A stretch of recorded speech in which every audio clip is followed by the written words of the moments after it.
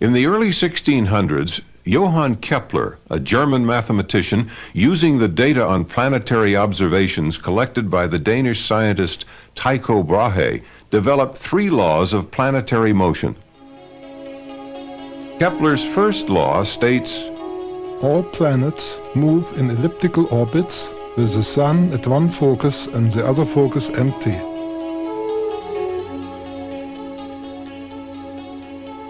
Applied to Earth satellites, the center of the Earth becomes one focus, with the other focus empty. For circular orbits, the 2 foci coincide.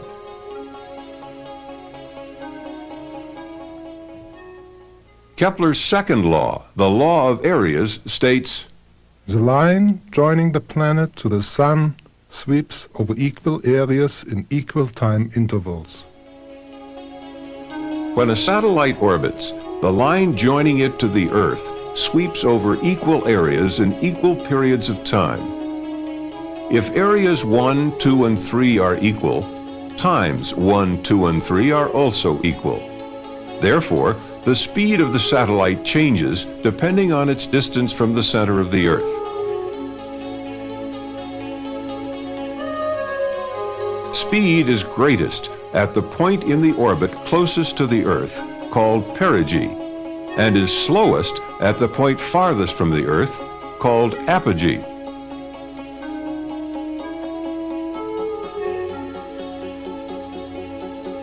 It is important to note that the orbit followed by a satellite is not dependent on its mass.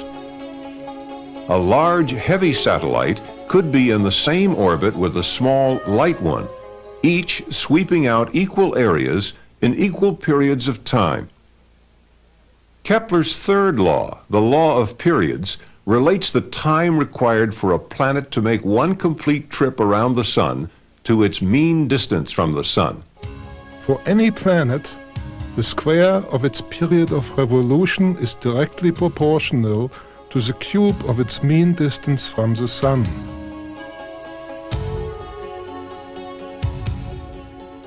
Applied to Earth satellites, Kepler's third law explains that the farther a satellite is from the Earth, the longer it will take to complete an orbit, the greater the distance it will travel to complete an orbit, and the slower its average speed will be.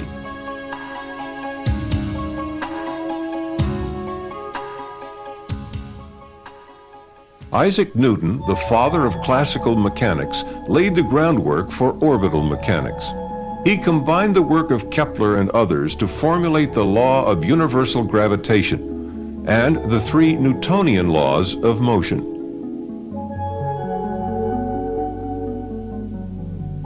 While Kepler's laws provided a conceptual model of orbital motion, Newton's laws provided the foundation for the mathematical description of orbits. They explain why a satellite stays in orbit.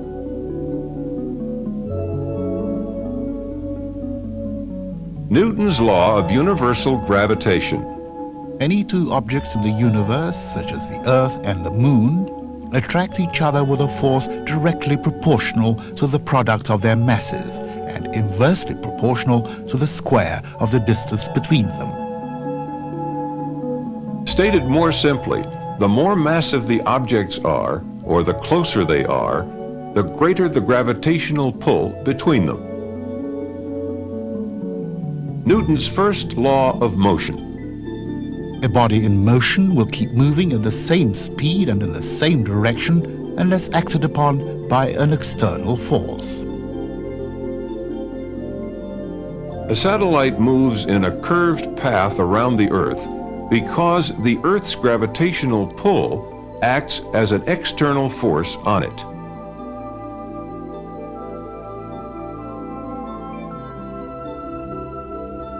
Newton's second law of motion. If the sum of the forces acting on an object is not 0, the object will have an acceleration proportional to the magnitude and in the direction of the net force. Newton's second law states that force equals mass times acceleration. It is this mathematical equation and the equation for universal gravitation that forms the basis for calculating orbits. Newton's third law of motion explains how a satellite gets into orbit. For every action, there is an equal and opposite reaction. If you blow up a balloon and let it go, the balloon is pushed forward by the action of the air rushing out of it. A rocket's exhaust gases are like the air rushing out of the balloon. The following illustrates how a satellite stays in orbit. If a man stands on a mountain and fires a projectile horizontally, gravity will cause the path of the projectile to curve downward and it will strike the Earth. However, if the man fires the projectile fast enough at a specific speed, the curvature of its path due to gravity will match the curvature of the Earth under it. The projectile will then fall around the Earth, becoming an Earth-orbiting satellite.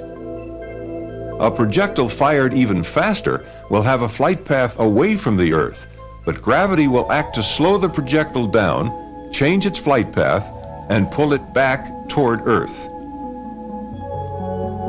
If the projectile's velocity increased enough, a velocity sufficient to escape the Earth's gravitational pull will be reached.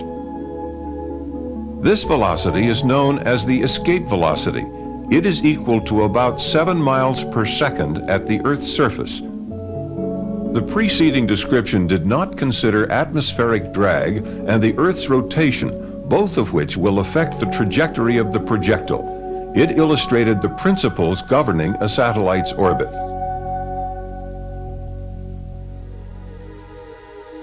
There are 6 numbers called the orbital elements, which specify the size, shape, and orientation of an orbit in space, as well as the location of the spacecraft in the orbit. Based on an orbit which is an ellipse, the 6 orbital elements are length of the semi-major axis, eccentricity, inclination, right ascension of the ascending node, argument of perigee, time of perigee passage. The major axis of an elliptical orbit is the line joining the perigee and apogee. This line is also referred to as the line of apsides. The first orbital element is the semi-major axis. It is simply 1/2 the major axis. Circular orbits have no apogee or perigee. Therefore, the semi-major axis is simply 1/2 the diameter of the orbit. The semi-major axis is used to define the size of the orbit. From this, the orbital period, or time that it takes for the satellite to complete one orbit, can be calculated. The shape of an orbit is defined by the second orbital element called eccentricity. For all ellipses, the value of eccentricity lies between 0 and 1. The larger the value, the more elliptical the orbit. A spacecraft in Earth orbit with an eccentricity equal to or greater than 1 will escape the Earth's gravitational field. When orienting an orbit in space, a 3-dimensional coordinate system must be defined. The coordinate system commonly used is the geocentric equatorial coordinate system, which has its origin at the Earth's center. This coordinate system is a non-rotating reference system in which a satellite's orbital plane tends to remain fixed relative to the stars while the Earth turns beneath it. The XY plane is the Earth's equatorial plane. The positive x-axis points to the vernal equinox. This is the point where the sun appears to cross the Earth's equator on its way north on the first day of spring each year. The z-axis is along the Earth's spin axis toward the North Pole. Nodes are points in a satellite's orbit which intersect the Earth's equatorial plane. The ascending node is the point at which the spacecraft crosses the equator going from south to north. The descending node is where the spacecraft crosses the equator going from north to south. The line joining the two nodes is called the line of nodes. The orientation of an orbit is determined by three orbital element angles. The right ascension of the ascending node is the angle between the x-axis and the ascending node. It is always measured eastward from the direction away from the vernal equinox in the Earth's equatorial plane.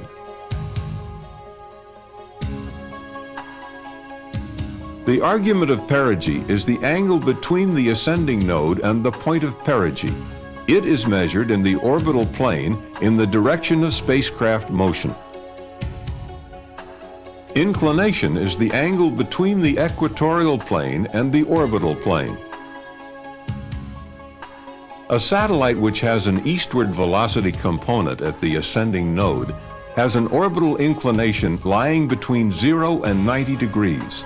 Such an orbit is called a prograde orbit.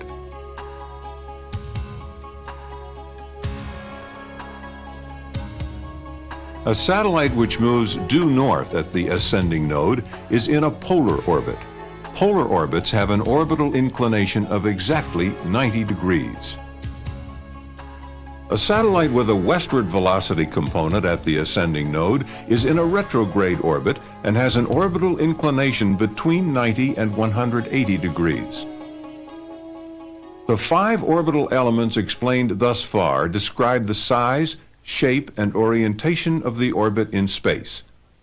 The final element is a time value used to locate the satellite in its orbit. A satellite moves in a very predictable manner. It stays on schedule. Thus, if the time at which a satellite passes a particular point is known, the time when it will pass any other point can be determined.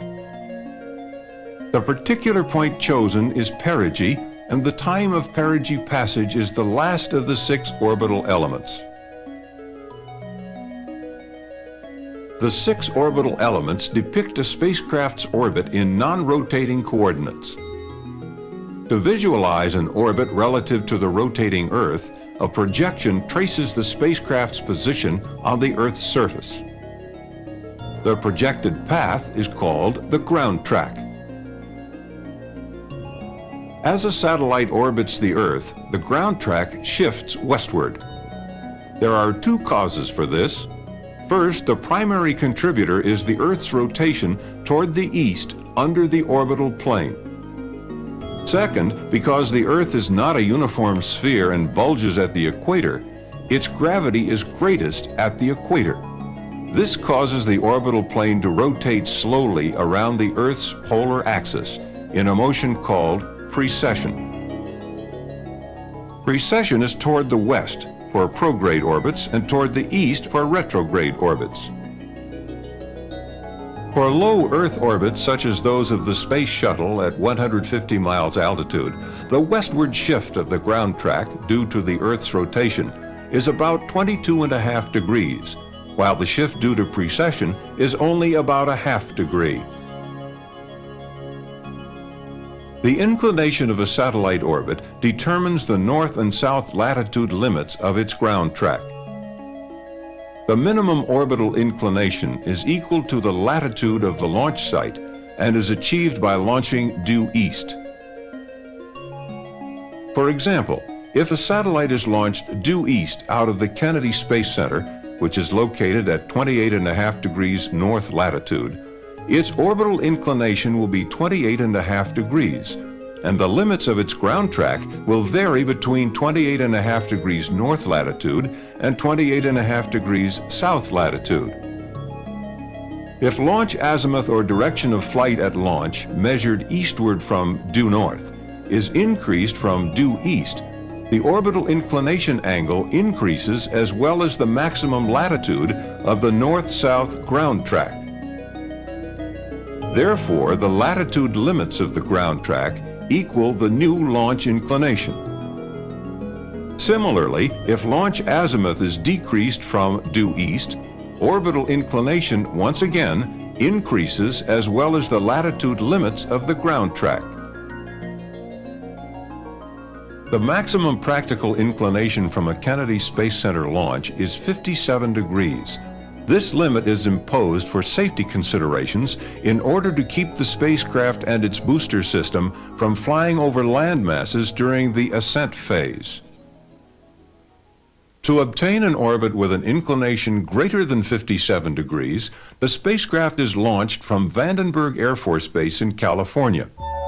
Vandenberg offers the opportunity for southerly launches with orbit inclinations between approximately 70 degrees prograde through 138 degrees retrograde.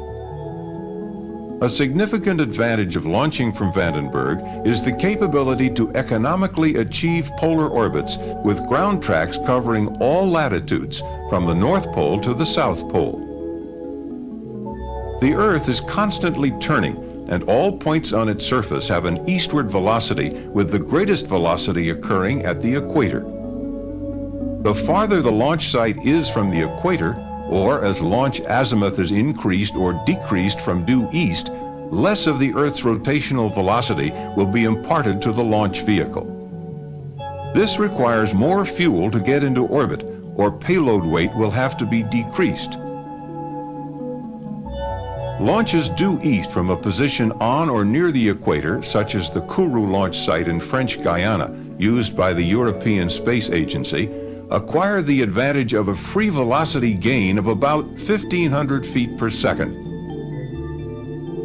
This compares to the approximate 1,300 feet per second gain available at the further north latitude of the Kennedy Space Center. Launching from an equatorial site offers a significant advantage in payload weight capability and minimizes the amount of fuel needed to achieve an equatorial orbit. Since many satellites operate in equatorial orbits, these are important considerations.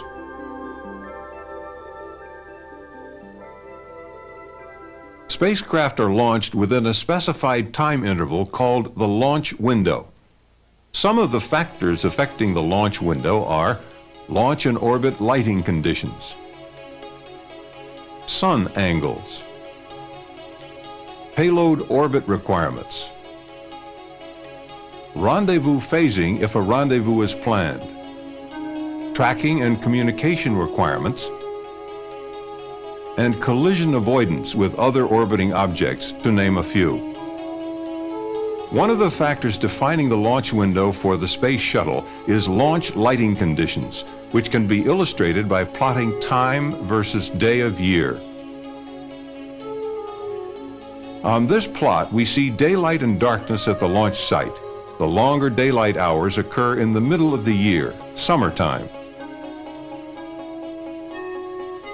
If daylight conditions are required for a convenient emergency landing site for the Space Shuttle, the launch window would now look like this. During the winter months, the available launch window for lighting conditions alone can be as little as 3 hours per day. When combined with the many other launch factors, the launch window becomes even more constrained. The choice of a particular launch vehicle for a mission depends upon the weight and size of the payload and the desired orbit. Expendable rockets used to place spacecraft in orbit usually consist of several stages that may incorporate both solid and liquid propellants for propulsion. When the fuel in each stage is depleted, the spent stage is jettisoned. Staging offers the advantage of discarding weight when it is no longer needed. The Space Shuttle is a two-stage system. At liftoff, the 2 solid rocket boosters and 3 Space Shuttle main engines are all producing thrust. After approximately 2 minutes of flight, at an altitude of 25 miles, the fuel in the solid rocket boosters is depleted and they are jettisoned. The 3 main engines, fueled by liquid oxygen and liquid hydrogen carried in the external tank, continue to burn for several minutes until the shuttle reaches its cutoff velocity. At this time, the main engines are shut down and the external tank is jettisoned. 2 additional burns using the orbiter's maneuvering system referred to as ohms are required to place the orbiter in its final orbit. The ohms 1 burn occurs about 2 minutes after main engine shutdown and establishes the orbital apogee point. The ohms 2 burn takes place approximately 30 minutes later and circularizes the orbit. Once satellites are launched and put into orbit, it is often necessary to change the orbit with an on-orbit burn. The common term used in describing on-orbit burns or engine firings is delta V. Delta V is the incremental change in spacecraft velocity measured in feet per second resulting from the burn. The amount of fuel used during a burn depends on the desired delta V change and the mass of the spacecraft. Because the amount of fuel carried is limited, fuel consumption is one of the primary considerations in spacecraft mission planning and is critical to orbit lifetime. On orbit, a spacecraft can thrust in any direction. Burns along the flight path, forward and backward, are the most common. A unique feature of any orbital burn is that if no other burns occur, the spacecraft will later always pass again through the point of burn. Forward burns increase the spacecraft's velocity and are known as posigrade burns. With posigrade burns, the flight path of the vehicle will be raised at all points except the burn point. Burns opposite the direction of flight, which slow the spacecraft down, are called retrograde burns. For retrograde burns, the orbit will be lowered at all points except the burn point. The greater the delta V, the greater the difference between the pre-burn and post-burn orbits. Burns can be combined into maneuver sequences to change orbit size, shape, or orientation. One of the most common maneuver sequences is made up of 2 burns and is used to accomplish an orbit transfer between 2 circular orbits in the same orbital plane. The most energy-efficient transfer between 2 orbits of this type is the Hohmann transfer. The Hohmann transfer is actually 1/2 of an elliptical orbit with its perigee in one of the orbits and its apogee in the other. The burns occur at the perigee and apogee of the transfer orbit. The use of the Hohmann transfer minimizes the delta V required, thus having the advantage of using minimum fuel. The disadvantage of the Hohmann transfer is that it takes longer than most other transfers. The type of the transfer sequence depends on the mission and the amount of fuel available. For example, a space rescue where time is critical might use a fast transfer, while a routine satellite deployment where fuel saved for later use is important would most likely use a Hohmann transfer. The burns discussed so far have all been maneuvers in the original orbital plane and do not affect orbit inclination or node position. There are situations which require an orbital plane change, such as setting up a rendezvous or placing a satellite in an equatorial orbit.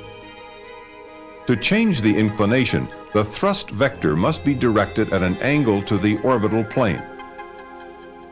A thrust with a component that is perpendicular to the orbital plane at either the ascending or descending node will rotate the orbital plane about the line of nodes. A northerly out-of-plane thrust at the ascending node will increase the inclination of a prograde orbit, while a southerly thrust will decrease it. Out-of-plane thrusts require considerable amounts of fuel and are performed only when absolutely required. The Space Shuttle, for example, using all of its onboard propellant, is capable of an on-orbit plane change of less than 3 degrees. Satellite orbital planes and altitudes are determined by their design mission, which very often includes a field of view requirement for optical or communications purposes. The field of view of a satellite is defined as the area of the Earth's surface that is in view from the satellite at any given time. Satellites in high orbits have greater fields of view than those in lower orbits. For example, a satellite at an altitude of 800 nautical miles has a circular field of view with a diameter of about 4,100 nautical miles. A satellite at 200 nautical miles has a circular field of view with a diameter of about 2,000 nautical miles. Low-orbit satellites are often used for photography and other types of Earth observation.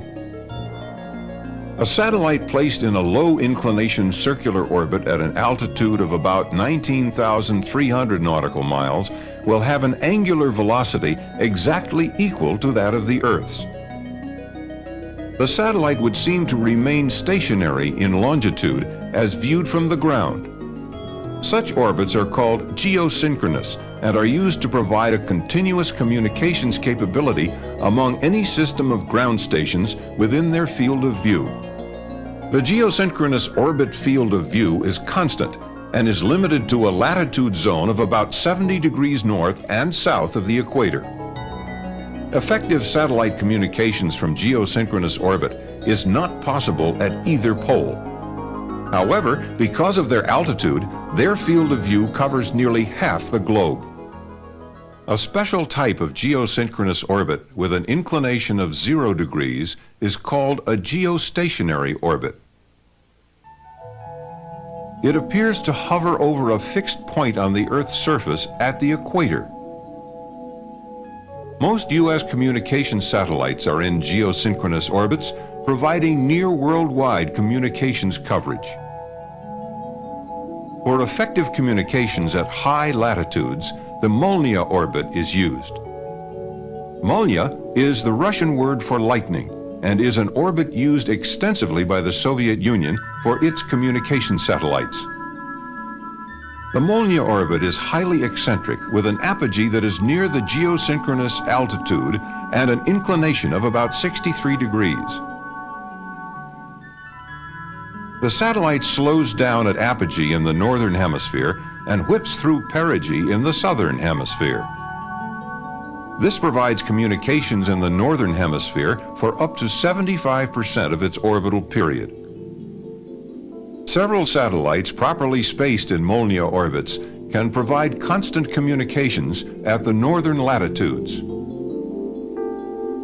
Navigation satellites, such as the U.S. Navy's Transit System and the Joint Service Navstar GPS Global Positioning System, use lower orbits so that a user can receive signals from more than one satellite at any time.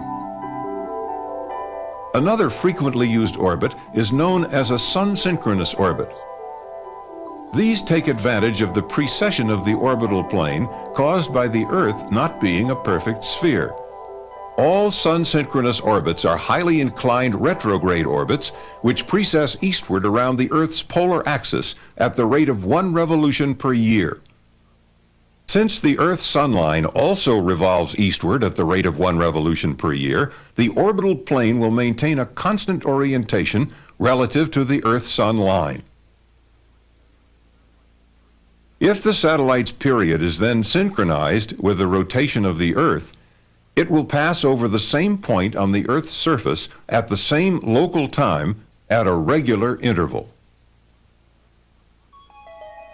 A sun-synchronous satellite ensures that a constant sun angle and uniform lighting exist for the same field of view from pass to pass.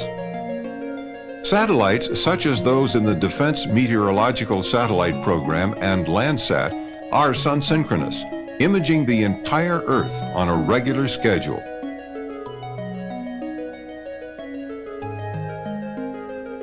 The gravitational attraction of the Earth on a spacecraft causes it to move in its orbit around the Earth. There are other, much smaller forces which will cause a spacecraft to deviate from its desired orbit. These forces cause what are known as orbital perturbations. Orbital precession, which is used to obtain sun-synchronous orbits, results from the perturbing effects of the Earth's non-spherical shape. Other perturbing forces are the gravitational pull of the Sun, the Moon, and planets.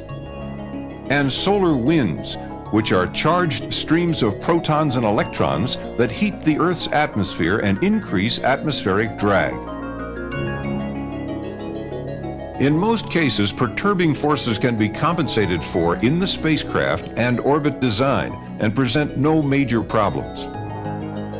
If the forces disturb the orbit too much, thrusters can be fired to re-establish its desired orbital orientation or altitude.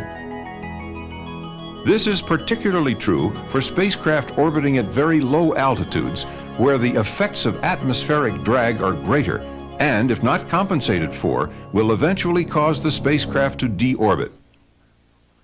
A spacecraft's operational lifetime is frequently limited only by the amount of fuel available to maintain its desired orbit. When its useful life is complete, a satellite is left in orbit or is deorbited, burning up when re-entering the Earth's atmosphere. When the space shuttle completes its orbital mission, it executes a precise retrograde burn to initiate its controlled return to Earth. This burn occurs nearly halfway around the Earth from the landing site. The new orbit established by the retrograde burn causes the orbiter to enter the Earth's atmosphere about 4,000 miles from the landing site. During the period the orbiter descends from its orbital altitude to atmospheric re-entry, its attitude is maintained by the use of reaction control jets located in the nose and tail of the orbiter. Once the orbiter enters the Earth's atmosphere, its wing and tail aerosurfaces begin to become effective and gradually replace the jets for attitude control. As the orbiter nears the landing field, it maneuvers to a long, straight-in approach at an angle of 17 to 19 degrees.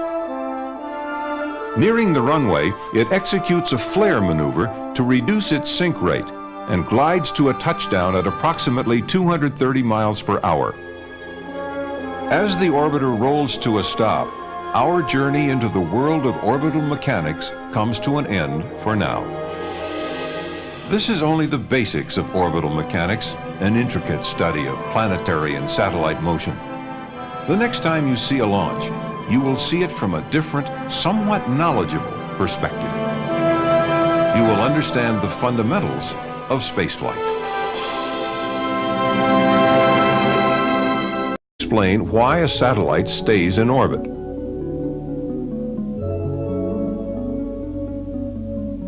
Newton's law of universal gravitation.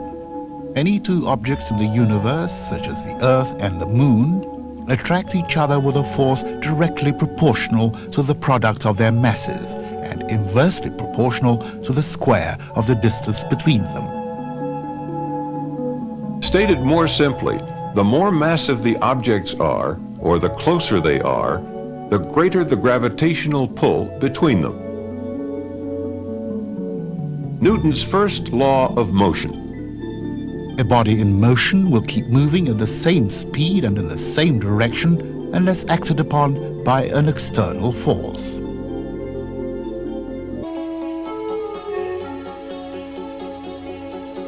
It is important to note that the orbit followed by a satellite is not dependent on its mass. A large, heavy satellite could be in the same orbit with a small, light one, each sweeping out equal areas in equal periods of time. Kepler's third law, the law of periods, relates the time required for a planet to make one complete trip around the Sun to its mean distance from the Sun. For any planet, the square of its period of revolution is directly proportional to the cube of its mean distance from the Sun.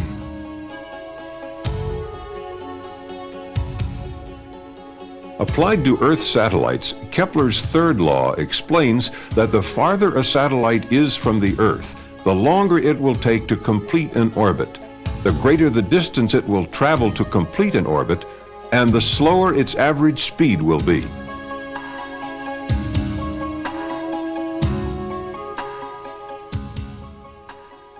Isaac Newton, the father of classical mechanics, laid the groundwork for orbital mechanics. He combined the work of Kepler and others to formulate the law of universal gravitation, and the three Newtonian laws of motion.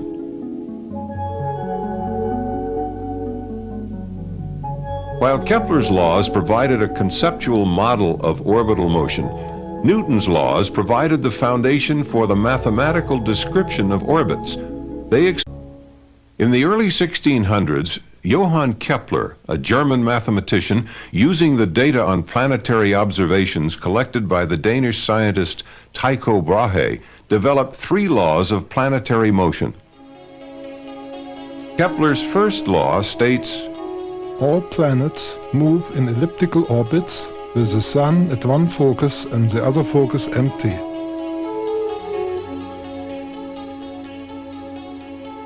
Applied to Earth satellites, the center of the Earth becomes one focus, with the other focus empty. For circular orbits, the two foci coincide.